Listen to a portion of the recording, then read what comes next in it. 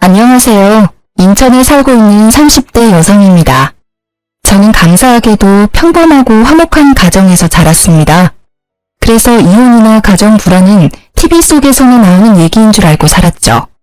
이혼하면 정말 큰일 나는 줄 알았는데 오히려 이혼 후에 더 행복해졌습니다. 저는 중소기업에서 격리 업무를 꽤 오래 했어요. 덕분에 결혼 전에 모아둔 돈이 어느 정도 있었습니다. 남편도 학원 강사 일을 오랫동안 해서 둘이 합치면 신혼집은 문제 없었어요. 그럼에도 친정 부모님께서는 제 명의로 아파트를 해주셨어요. 형편되니까 집은 꼭 친정에서 해주고 싶다고 하셨죠. 부모님께서 어렸을 때 못해줬으니 지금이라도 누리라고 하셨어요. 그렇다고 저는 금수저도 아니고 은수저도 아닙니다. 사실 제가 떡볶이 수저예요. 엄마께서 오랫동안 분식집을 하셨거든요.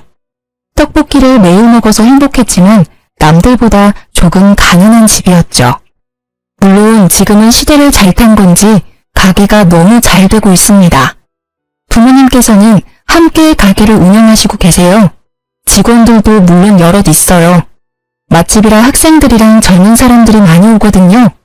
저는 결혼 후에는 전업주부로 지냈는데요.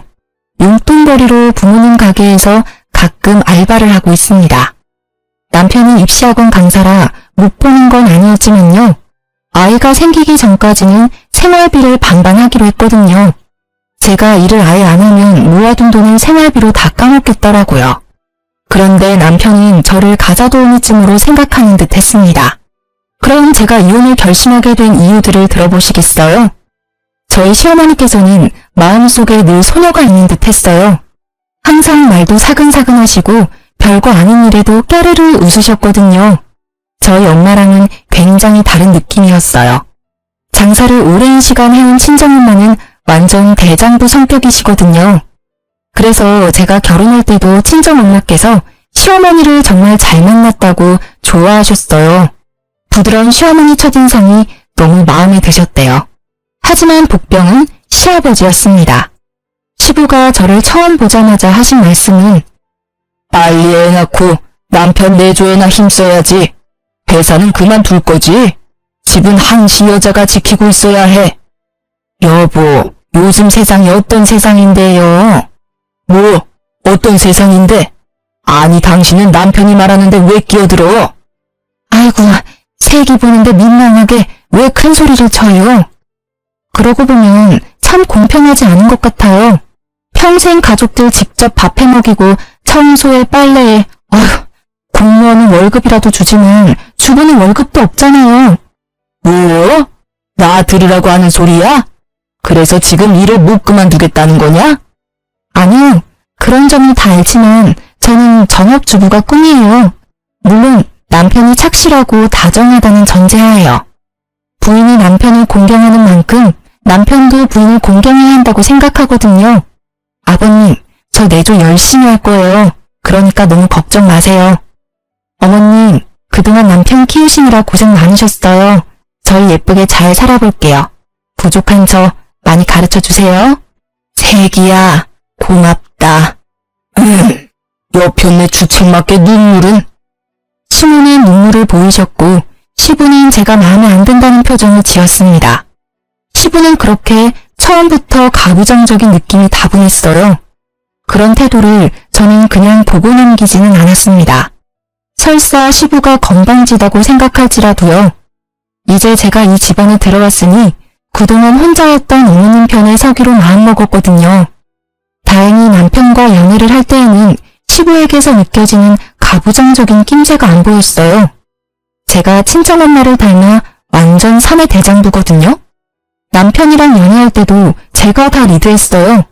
게다가 저는 현모양처가 꿈이라서 시부의 뜻과 어느 정도는 맞다고 생각했죠. 사실 제가 어릴 때부터 친정엄마가 장사를 하셔서 엄마와 별다른 추억이 없거든요.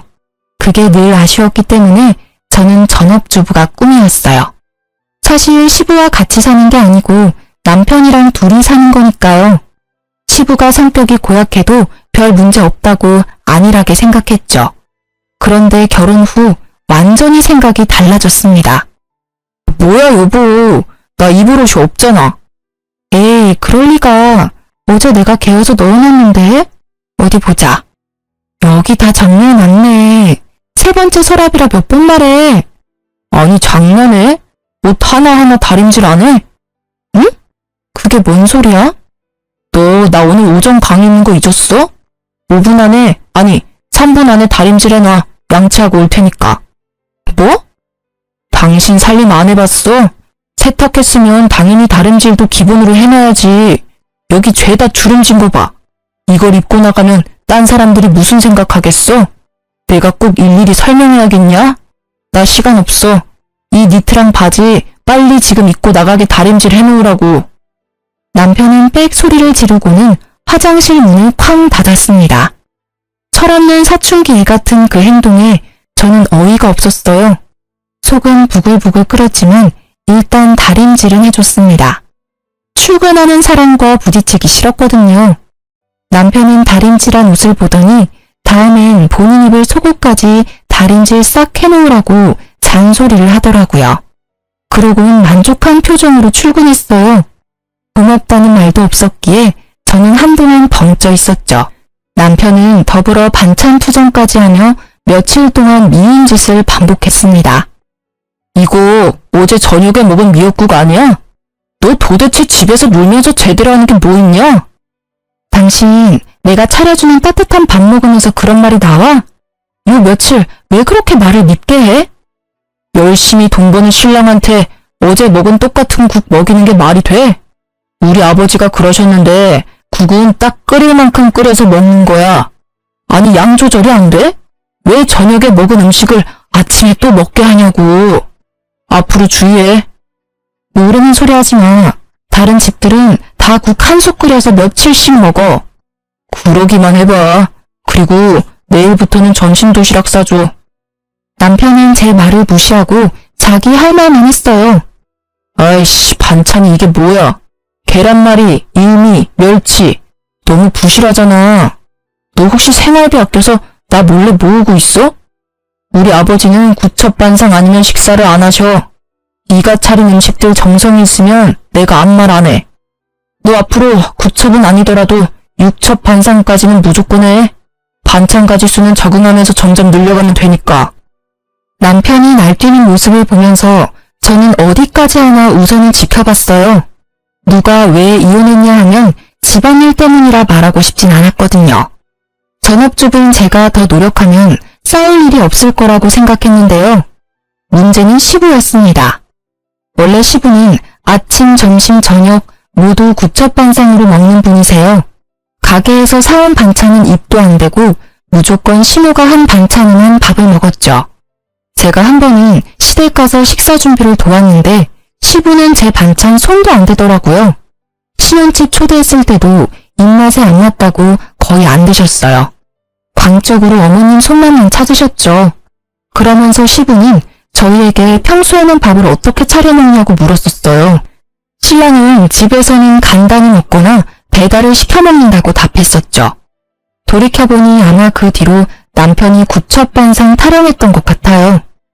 내가 당신 식사 안 챙겨주는 사람도 아니잖아.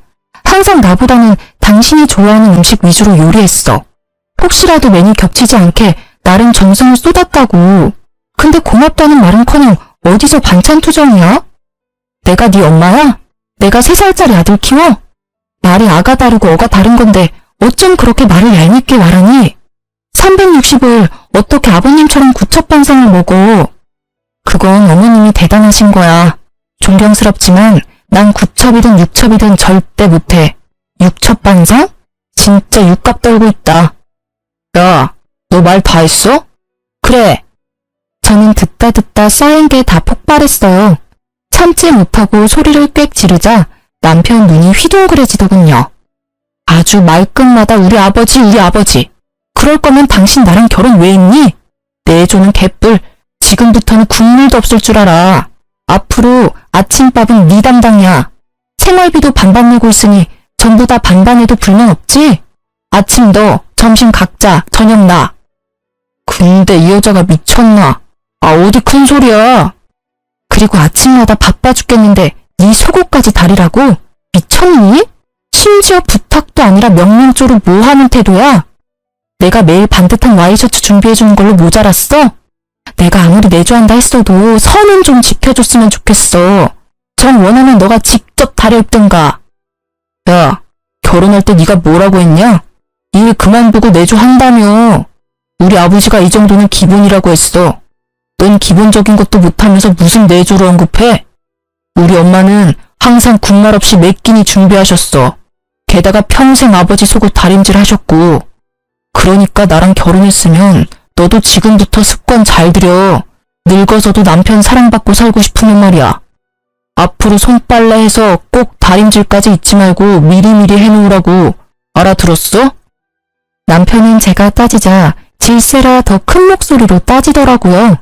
사실 처음부터 남편이 좋게 얘기했으면 저도 타협점을 찾으려고 했을 거예요. 하지만 저를 계속 하대하는 남편을 가만히 두고 볼 수 없었습니다. 그래서 저는 남편을 따라 좀 유치해지기로 했어요.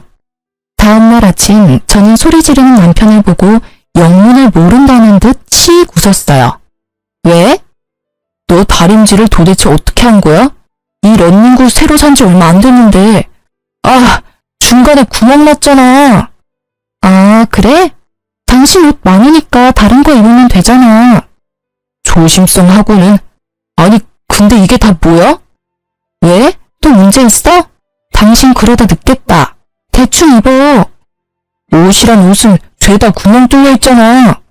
그래? 뭐 어때? 한번 입어봐. 불편하면 내 거라도 입고 가던지. 당신 미쳤어? 갑자기 왜 그래? 설마 지금 나한테 복수하는 거야?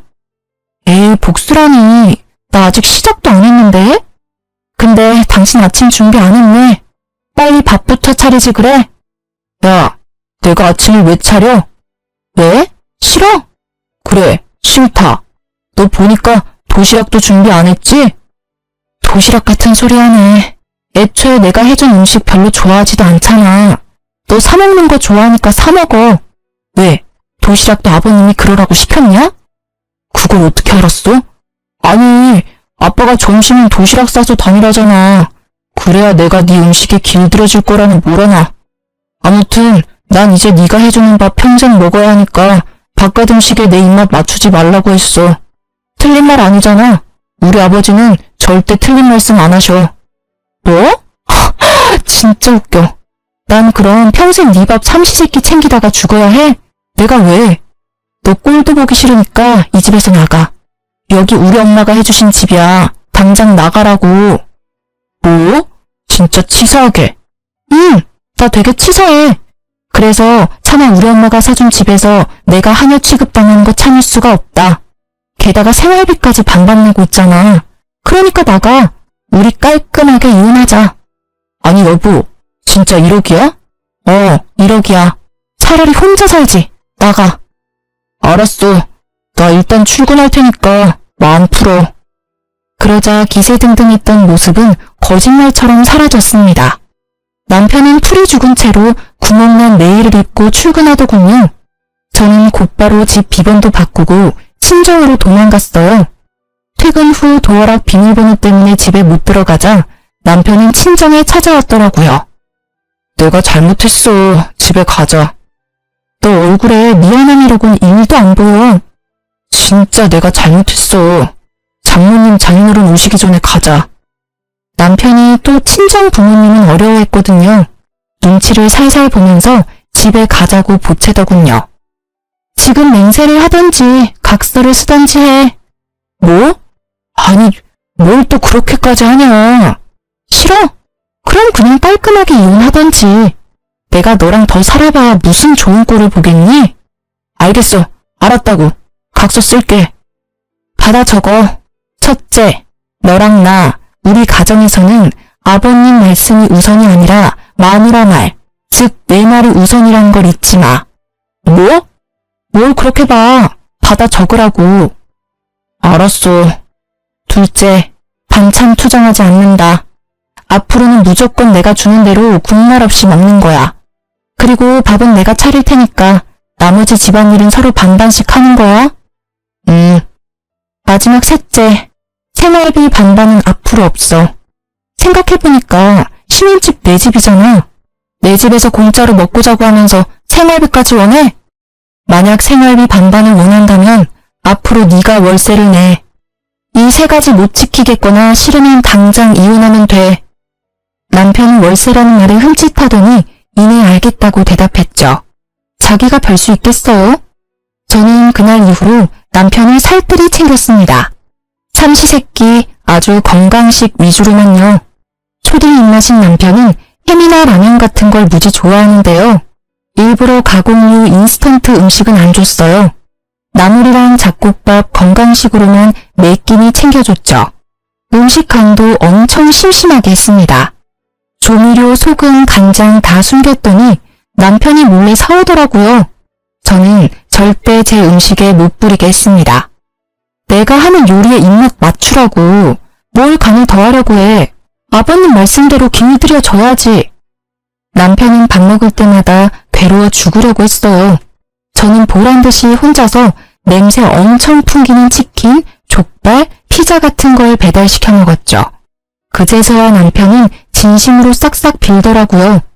울먹이면서 비는데 아주 통쾌했습니다. 제발 요리 좀 그만하고 평범한 예전으로 돌아와달라고 빌더라고요. 그래서 그 뒤로는 집이 아주 평화로워졌어요. 남편이랑 번갈아 가면서 식사 준비하고 가끔 배달로 끼니 때우기도 했습니다. 속 시원하게 해결하고 이혼 고비도 잘 넘겼습니다. 하지만 딱 그것까지가 제가 해결할 수 있는 싸움이었어요. 남편은 시부가 시모에게 하는 행동을 그대로 베껴서 따라하는 듯 했잖아요. 역시나 물어보니 시부가 남편을 뒤에서 조종하고 있더라고요. 그래서 저는 일부러 시부모님을 집으로 초대했습니다. 아들, 요새 점심 도시락 싸서 다니고 있냐? 아니요, 그게 아버지. 아니, 내가 입맛을 길들이라 몇 번을 말하냐? 그리고 너는 남편 도시락 하나 싸주기 힘들어? 아버님, 이 사람 아무리 건강식으로 챙겨줘도요. 애기 입맛이라 점심은 알아서 사 먹게 하고 있어요. 바깥에서도 밥 먹는 습관 들여야죠. 제가 365일 이 사람 쫓아다니면서 챙겨줄 수는 없잖아요. 그치 어머니? 그래, 네 말이 맞다. 도시락은 무슨 밖에 맛있는 음식이 얼마나 많은데. 뭐? 바깥 음식 건강에도 나쁘고 뭐니 해도 집밥이 최고지. 시부는 그놈의 집밥 타령을 또 하며 언성을 높이더라고요. 그래서 저도 말이 안 통할 걸 알고 미리 친정에 SOS를 해놨었습니다. 당신은 거들지 마. 그래서 너 대접한다고 우리 여기까지 불러놓고 음식은 언제 할 생각이냐? 네가 얼마나 음식을 못하는지 오늘 내가 확인해주마. 그게 아버님, 우리 왔어. 그때 저의 구세주 친정 부모님께서 오셨습니다. 아니, 사돈어른 어쩐 일이십니까? 어쩐 일이긴요. 사돈어른들 대접하러 왔죠. 여보, 얼른 음식 들고 들어와요. 아버님, 저희 부모님께서 새벽부터 음식 해오셨어요. 두 분 쉬는 날이신데 특별히 가족들 먹으라고요. 음식을? 네, 얼른 드세요. 각종 튀김과 어묵, 떡볶이, 순대가 한 상 가득 차려지자 시부의 얼굴은 급격히 어두워졌습니다. 시어머니는 감사하다며 맛있게 잘 드셨는데 시부의 젓가락은 전혀 움직이질 않았죠. 어머, 소문대로 너무 맛있네요. 이렇게 맛있는 음식들을 줄도 안 서고 먹네요. 감사해서 어떡해요? 당신도 얼른 먹어봐요. 됐네.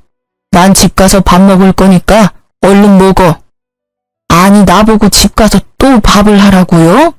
그러지 말고 여기서 그냥 먹어요. 준비해주신 사돈부부 성의도 있는데 당신도 참. 아니, 나는 집밥 먹을 거라니까. 구첩반상. 시부는 고집을 부리며 안 먹더라고요. 남편은 그 와중에 또 눈치 없이 맛있게 먹었습니다. 사돈, 그러지 말고 떡볶이 한번 드셔보셔요. 아, 글쎄, 난 안 먹는다니까요. 알겠습니다. 그럼 제가 구첩반상 해드리오리다. 엄마는 자리에서 벌떡 일어나셔서 식기를 9개 챙겨오셨어요. 그리고는 오징어 튀김, 김말이, 고구마 튀김, 종류별로 하나씩 그릇에 담으셨습니다. 자, 그렇게 원하시는 구첩반상이요. 사돈도 참 너무하시네요. 준비해온 성의가 있잖아요. 못 이기는 척 이럴 때는 같이 드시고 그래야 어른이지. 아니 애들이 보고 배우겠어요. 반찬 투정 그만하시고 어서 드세요. 저희 신랑 보세요. 얼마나 잘 먹습니까? 자고로 남편은 주는 대로 뭐든 잘 먹어야 돼요. 그래야 늙어서도 예쁨 받죠. 더 늙고 병들었을 때 다들 나 몰라라 하면 좋겠어요? 나 기가 막혀서 나 먼저 집에 가겠습니다. 당신 적당히 먹고 얼른 와. 기생 친정엄마의 일침에 시부는 도망가듯 집을 나섰어요. 당신 뭐해? 아버님 따라가봐. 나 더 먹고 싶은데. 제가 남편에게 시부를 따라가라고 했지만 자기 배 채우느라 바빠서 안 따라가더라고요. 시부는 그런 남편의 등짝을 여러 번 때리셨죠. 어서 가. 그렇게 투덜거리는 남편을 데리고 친정아빠는 남은 떡볶이를 포장해서 시댁에 가셨습니다. 그럼 슬슬 떠날 준비해볼까요? 정말 이래도 될까요? 사실 친정 부모님께서는 시어머님의 파업을 위해서 오신 거였어요. 이래도 되죠. 아니 우리 나이가 몇입니까? 이제 애들 다 키우고 자유롭게 살아야죠. 사돈 옷이랑 짐들은 잘 챙겨오셨죠? 그럼요. 근데 저 양반 저 없으면 굶다가 쓰러질지 몰라요. 괜찮아요. 쫄쫄 굶어봐야 앞으로 반찬 투정 안 하겠죠.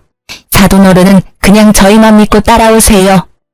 저희 엄마께서는 괜찮다고 신호를 달래셨고 저도 거들어서 어머님을 안심시켰어요. 어머님 걱정하지 마세요. 그동안도 충분히 노력하셨잖아요. 30년 넘게 삼시세끼 구첩반상 차리셨으니 앞으로는 좀 편하게 사셔야죠. 아이고, 내가 우리 예쁜 며느리 덕에 말년에 후광하네. 어머님이 눈물을 훔치는데 괜시리 마음이 찡했어요. 동시에 남편이 괘씸한 생각도 들었어요.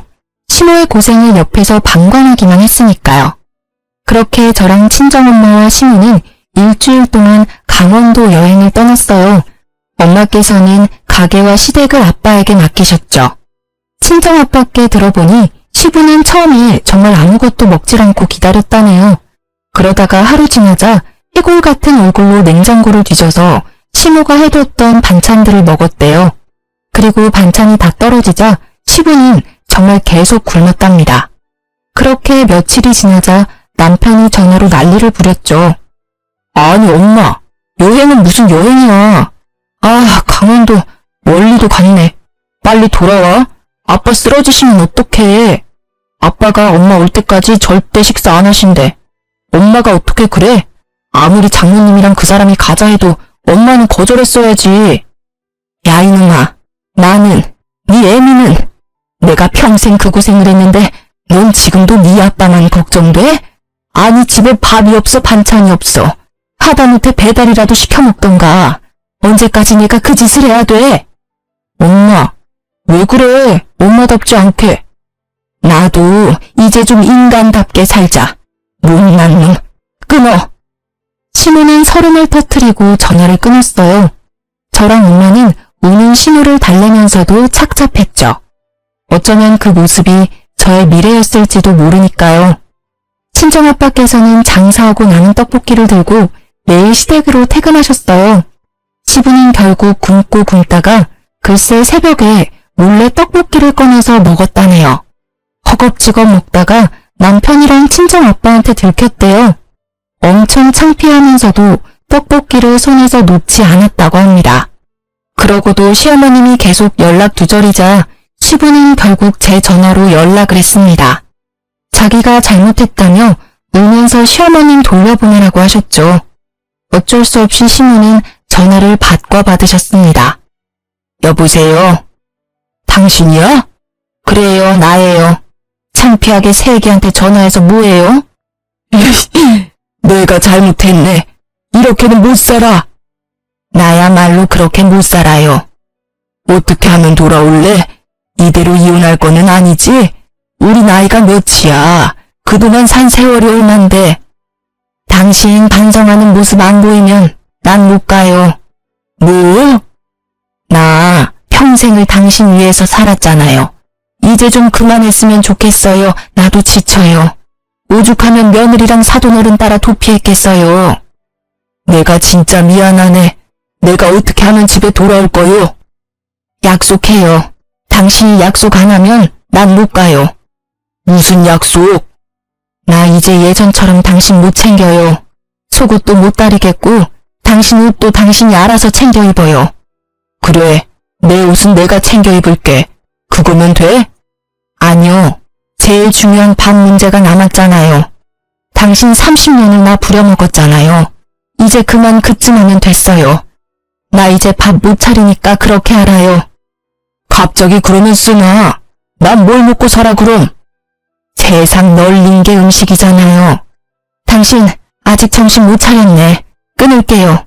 아니 끊지 마. 알겠어. 우리 타협을 하자고. 나도 당신이 갑자기 그러면 힘들어. 마음 약한 시어머님이 대신해서요. 저랑 친정엄마는 시부와의 통화를 엿들으며 코치를 했어요. 아니 시부는 또 죽어도 구첩반상은 포기 못하시더라고요. 그래서 겨우 합의해서 삼시세끼 중 딱 한 끼만 구첩반상 차리기로 했습니다. 나머지는 알아서 남은 반찬 드시기로 하고요. 주말에는 당연히 배달이든 외식이든 알아서 식사 드시라 했죠. 처음에는 그렇게 시작하고 시모는 점점 반찬을 줄이기로 하셨습니다.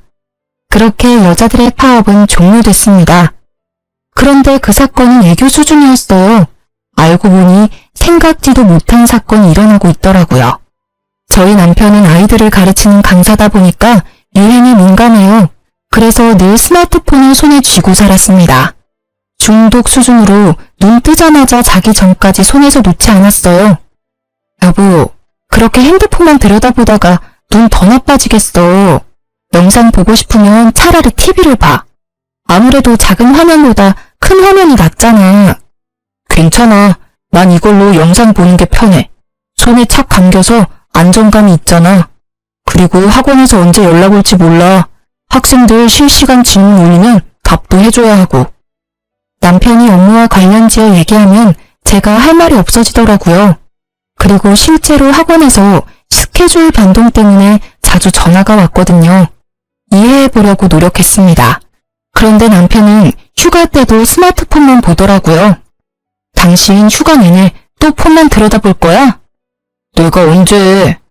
아니, 전화 만진다고 운전도 나만 시키고 좀 번갈아 가면서 하자.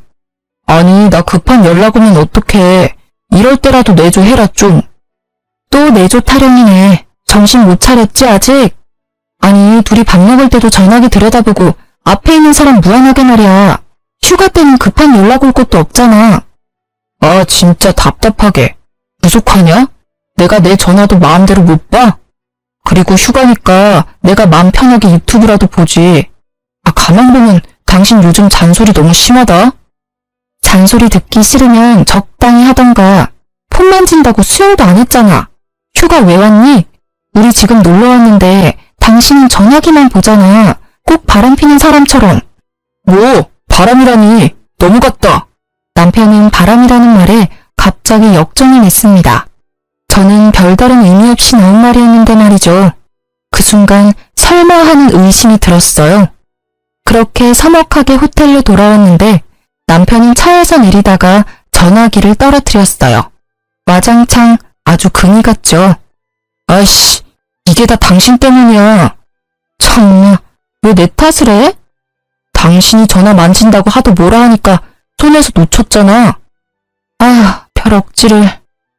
남편이 씩씩거리더니 호텔방에 저를 혼자 두고 사라졌어요. 혼자 전화기를 고치러 갔더라고요. 저는 남편의 행동이 너무 이해가 안 됐습니다. 그러다 곰곰이 생각해보니까 남편에게는 좀 더 큰 화면인 태블릿도 있었는데요. 업무는 그 태블릿으로도 충분한 걸 뒤늦게 전 깨달았죠. 도대체 전화로 뭘 하고 있는지 걱정을 했죠. 처음엔 저 몰래 주식이나 투자라도 하나 싶었습니다. 그렇게 남편이 잠들었을 때 몰래 봤더니 글쎄 바람을 피고 있더라고요. 제가 그런 걸 뒤져보는 성격도 아니라서 남편은 비번을 자기 생일로 해놨더라고요. 그게 무슨 자신감과 뻔뻔함인지 열이 뻗쳤어요. 남편 전화에는 채팅 어플이 여러 개 있었습니다. 하나하나 들어가 보니 남편은 그동안 총각 행세를 하고 다녔더라고요. 처음엔 어떤 몹쓸 것들이 남의 남자랑 붙어먹냐고 생각했는데요. 그 여자들은 남편이 유부남이라는 걸 까맣게 모르고 있더라고요. 저는 대화 내용 하나하나 다 캡처하고 남편이 절대 발뺌할 수 없게 증거를 수집했습니다. 한동안 자주 남편 강의 시간이 바뀌었는데 그것도 여자들이랑 데이트하기 위해서였어요. 저는 이미 충격받은 상태였는데 남편에게 보낸 시부의 문자에 더 큰 충격에 빠졌습니다. 다 늙어서 추하게 바람피는 것보다 지금 젊을 때 여러 만나는 게 낫다. 남자는 다 그런 거야. 양심에 찔릴 필요도 없다. 지금 부지런히 여자 만나고 다녀야 안 사람이랑 관계도 더 좋아진다. 지금껏 네 엄마 하나 보고 살아온 나를 봐라. 뭐가 남았냐? 얼마나 후회스러운지 아냐? 지금 충분히 즐겨라. 그 문자에 또 남편은 알겠다고 존경한다고 답했더라고요. 정말 뒷목 잡고 쓰러질 뻔했어요. 시부는 도대체 남편을 어디까지 조종하나 싶었죠. 결국은 조종한다 해도 남편의 의지로 바람핀 거지만요. 저는 결혼 전 남편에게 분명히 말했었어요. 절대 바람만큼은 참을 수 없다고요. 바람핀 거 들키면 무조건 이혼이라 선언했었죠. 그치만 남편은 너무 쉽게 제 경고를 무시했습니다. 저는 남편이 여자들과 채팅한 것들과 문자 내용을 다 프린트했어요. 그리고 남편 학원 앞에서 전단지처럼 나눠줬습니다. 저희 집 떡볶이 50% 할인 쿠폰 같이 붙여서요. 처음에는 다들 떡볶이집 홍보인 줄 알고 받아갔어요. 학생들도 지나가는 동네 사람들도 잘 받아갔습니다. 그러다 전단지 내용을 보고 사람들이 저를 힐끔힐끔 쳐다보더라고요. 대부분 저와 아는 얼굴들이었거든요. 사람들은 대신 욕을 해주기도 하고 제 등을 토닥거리며 가기도 했죠. 뒤늦게 소식이 들었는지 남편은 짝짝이 슬리퍼를 신고 급히 뛰쳐나왔더라고요. 당신 뭐하는 거야? 아, 안녕하세요. 이제 곧 저랑 이혼하실 분이시네요? 자, 떡볶이 쿠폰이라도 챙겨요. 남편은 제가 내민 전단지 내용을 보고 돌처럼 굳더라고요. 지금 이걸 나눠주고 있었던 거야? 얼마나 나눠줬는데? 당신 미쳤어? 돌았어? 나 학원 잘려 이러다가. 어쩌라고. 네 같은 인간이 애들 가르칠 자격이 있어? 너 대학생들한테도 용돈 준다고 껄떡거렸더라? 조용히 못해? 조용히 못해. 왜 총각인 척 바람피다가 들키니까 쪽팔리냐? 저는 보란듯이 고래고래 소리를 질렀습니다. 남편은 쪽팔린 듯 얼굴을 가리고 학원으로 다시 사라지더라고요. 통쾌하면서도 마음 한켠이 쓰라리더라고요. 결국 제 얼굴에 침 뱉는 꼴이니까요. 그쯤하면 소문이 날 대로 났을 거라 생각하고 전 친정으로 돌아갔습니다. 친정 부모님은 당장 남편을 죽이나 마니 하셨는데요. 저는 이상하게 차분해지더라고요. 엄마 아빠 화 가라앉히세요. 내가 복수 다 했어. 현재 진행형이라 복수는 계속 할 거야. 잘 됐지 뭐. 어차피 나랑 이어질 인연이 아니었던 거야. 결혼하고 돌변했을 때 진작 이혼했어야 했나 봐. 너무 질질 끌다가 지금 더러운 꼴 다 본 것 같아요. 나 사실 엄마 아빠처럼 예쁘게 살고 싶었거든요. 근데 난 그건 글렀나 보다. 그냥 평생 엄마 아빠랑 즐겁게 살아야지 뭐. 떡볶이집 딸로 돌아가야지. 내 원래 삶으로 돌아가는 것뿐이니까 괜찮아. 엄마 아빠는 그런 저를 부둥켜 안고 한참 우셨어요. 그렇게 한바탕 울고 나자 힘이 또 생기더라고요. 남편은 창피함도 창피함이지만요. 학부모 항의로 다음날 바로 학원에서 잘렸어요. 그리고 신혼집에서도 제가 쫓아내서 시댁에 갔다더라고요. 시부한테는 제가 들켰다고 혼나고 시모한테는 바람 폈다고 쫓겨났죠. 게다가 저는 떡볶이 수저라 이 주변 학교 아이들이랑 친하거든요. 남편은 강사도 잘리고 길 가다가 애들한테도 불륜남이라 놀림거리가 되었습니다. 아이들이 떡볶이 먹으러 오면요. 해맑게 제게 이야기를 전해줬어요. 이모, 저희가 대신 복수했어요. 잘했죠? 저는 이혼 준비하고 있다고 시모에게 알렸습니다. 그리고 시부가 남편에게 바람피라고 종용했던 말들을 빠짐없이 시모에게 다 전달했어요. 미안하다, 아가. 내가 미안해. 이런 집안이라 채아가 너무 미안하다. 어머님, 이런 몹쓸 인간들, 아니 짐승 같은 것들. 내가 더 이상 가만히 있지 않아. 좀 한심했지만 내 아들 그 정도까지는 아니었는데 감히 아들내미 가정 다 파탄내고 지 가정은 무사할 줄 알았나 보지? 어림도 없지. 저는 시모가 쓰러질까봐 걱정했는데요. 오히려 시모는 씩씩하게 어디론가 전화를 걸었습니다. 처음 본 강단있는 시모의 모습이었어요. 형님! 시모는 시고모에게 전화를 건 후에 갈 때까지 가보자고 시부랑 이혼을 결심하셨어요. 그 전에 시부가 바람도 피는지 동태를 살폈죠. 제가 사람을 써서 알아보니까 아주 가관이었습니다. 시부는 나쁘끄럽게 다른 동네 다방까지 가서 커피 한 잔만 시키고 온갖 추태를 다 부렸더라고요. 이때까지 항상 삼시세끼 시모 밥상 받아먹고 다방 가서 딴짓거리 했던 거예요. 저는 사진들을 시모에게 전달했습니다. 주말이 되어서야 저는 시고모를 뵐 수 있었어요. 오랜만이지? 잘 지냈어? 너희 결혼식 때 이후로 처음 보네. 안녕하셨어요, 고모님. 형님 오셨어요? 그래, 나를 주말에 부른 이유가 있을 텐데 뭐 큰일이야? 누나가 여기 어쩐 일이세요? 근처에서 골프 치다 왔지. 다들 내가 보고 싶다 하길래 뭔 일이야? 당신이 누나 불렀어? 그래요, 내가 불렀네요. 나한테는 평생 구첩반상 타령하더니 뒤에서는 추접한 짓거리 하고 다녔어요? 당장 내 손을 분지르고 싶어요. 당신 입에 들어간 음식들 다 끄집어내고 싶다고요. 그러고도 당신이 인간이야?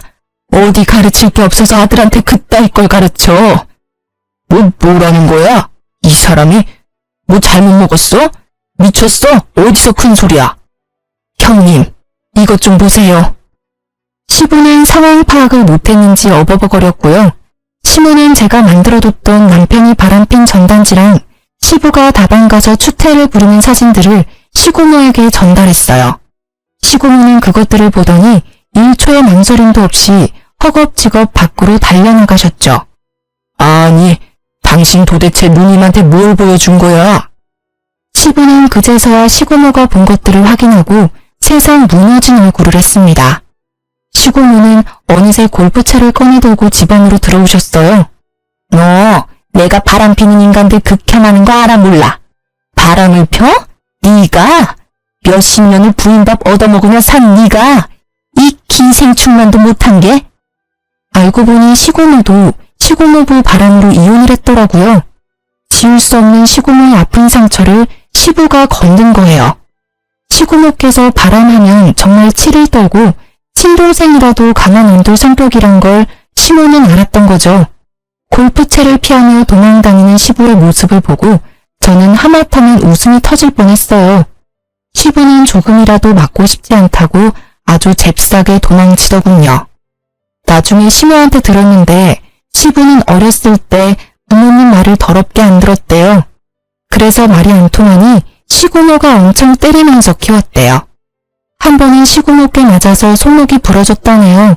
가게에서 도둑질하다가요. 시부는 나이가 많이 들었지만 또 그런 일 생길까봐 얼굴이 노래졌더라고요. 너 이 집 당장 반납하고 썩 꺼져. 고생을 안 해보고 사니까 세상이 아주 꽃밭이지?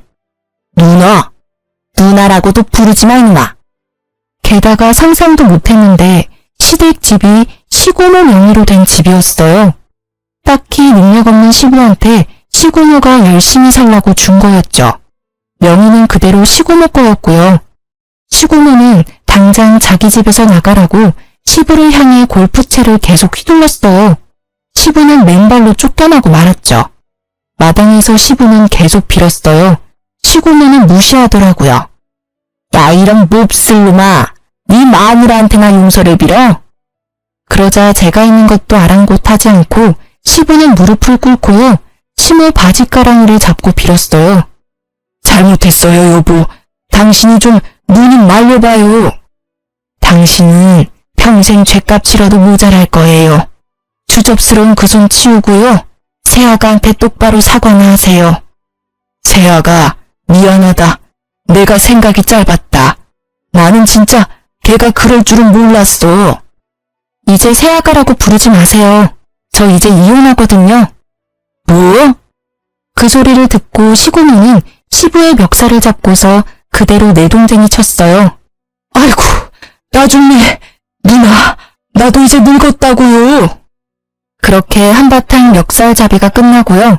남편도 뒤늦게 시댁에 도착했습니다. 시고모는 냅다 남편 뺨을 갈겼죠. 고모? 이 못난 놈. 지금 저는 이혼을 무사히 한 상태입니다. 시부가 절대 이혼 못해준다고 버텨서 시어머니께서는 이혼 소송 중이시고요. 시모는 현재 저희 엄마 가게에서 일하고 계세요. 사실 지금은 편하게 이모라고 부르고 있습니다. 이혼을 했으니 계속 어머님이라고 부르기도 서로 불편했거든요. 먼저 이모라고 부르라고 말씀해 주셨어요. 이모는 난생 처음 본인 손으로 일하시고 월급도 받으니 사람 사는 것 같으시대요. 쉬는 날 저희 친정엄마랑 놀러 다니시고 새 인생 살고 계십니다. 저는 비록 남편을 잃었지만 그래도 친정엄마께는 좋은 친구가 생겼죠. 시고모께서는 내쫓았는데도 시부가 자꾸 돌아와서요. 청소, 빨래, 집안일을 모두 시부에게 시키고 있다고 하네요.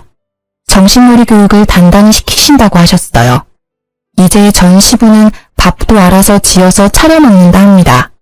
전 남편은 시부의 말이면 끔뻑 죽었었는데요.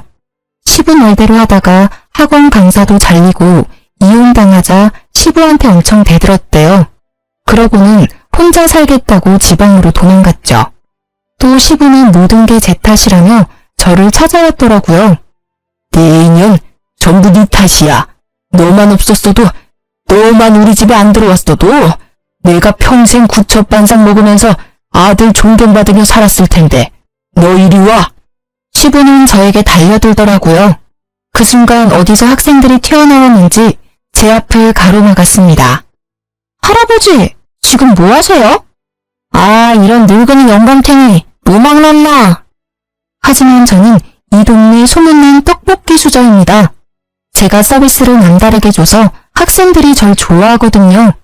또 하필 조금 노는 학생들한테 딱 걸려서 시부는 잔뜩 겁을 먹었더라고요. 사실 저는 늙은 시부 무섭지도 않았고 우스웠는데요. 학생들이 도와주니까 내가 헛살지는 않았구나 생각 들고 뿌듯했어요. 덩치 큰 고등학생들한테 둘러싸이자 시부는 아주 사지를 덜덜 떨면서 도망갔습니다. 그 이후로는 다시는 제 근처에 얼씬도 안 해요. 물론 도와준 아이들은 이후에 음료수 서비스 줬습니다. 그리고 저는 전 남편이 괘씸해서 계속 추적했어요. 변호사한테 미리 물어보고 고소 안 당할 만큼만 남편을 골라댔죠. 남편 이름 석자만 안 적었지 추측 가능하게끔 인터넷에 글을 올렸거든요. 전 남편이 옮긴 지방 학원의 학부모들 그리고 학생들은 제 글을 보고요. 귀신같이 남편을 찾았습니다. 그래서 전 남편은 옮기는 학원마다 잘렸어요. 그러다 얼마 전 전 남편이 저희 가게에 찾아왔습니다. 제발 글 좀 내려달라고 저한테 빌고 또 빌더라고요. 내가 잘못했어. 정말 내가 죽을 죄를 지었어. 나 밥은 먹고 살아야 할 거 아니야. 응? 제발 나 한 번만 봐줘. 엄마, 이 사람 좀 말려봐요. 나 피 말라 죽겠어요. 시모는 그걸 보고 한심한 얼굴을 하면서도 또 속상해 보였어요. 그렇지만 시모는 냉정하게 아들을 모르는 척했습니다. 죄송하지만 누구신지요? 전 남편은 오열하더라고요. 저는 흙탕물에 드러누워서 우는 남편을 보고 앞으로 똑바로 살으라고 한마디 해줬습니다.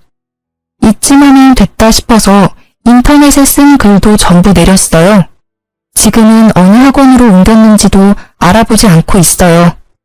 전 남편이 시모한테 빌붙을까봐 걱정이었거든요. 지 앞가림은 하고 살아라고 선심 썼죠 뭐. 저는 이제야 다 해결해서 당분간은 혼자 여행을 다녀올 예정입니다. 비행기에서 정신없이 사연 적었네요. 전 남편한테 받은 위자료로 금융 치료라도 받으려고요. 다녀와서는 예전처럼 부모님 가게에서 일하며 지낼 거예요. 돈 때문은 아니고 가게에서 애들 만나는 게 전 너무 좋거든요. 아이들은 티 없이 맑잖아요. 앞으로도 저는 그렇게 소소하게 행복한 것들 하면서 제 인생 살 거예요. 아참, 그리고 다 지나고 나서야 친정 엄마께서 제게 얘기해 주신 게 있어요. 혹시라도 저 함부로 무시 안 당하게끔 신혼집을 제 명의로 해주신 거였다고요. 저는 친정 부모님이 아니었다면 결혼 생활도 이혼도 다 못 버텼을 것 같네요. 열심히 효도도 하면서 살아야겠죠? 긴 사연 들어주셔서 정말 감사합니다. 여러분도 본인의 삶 찾아서 행복하게 사세요.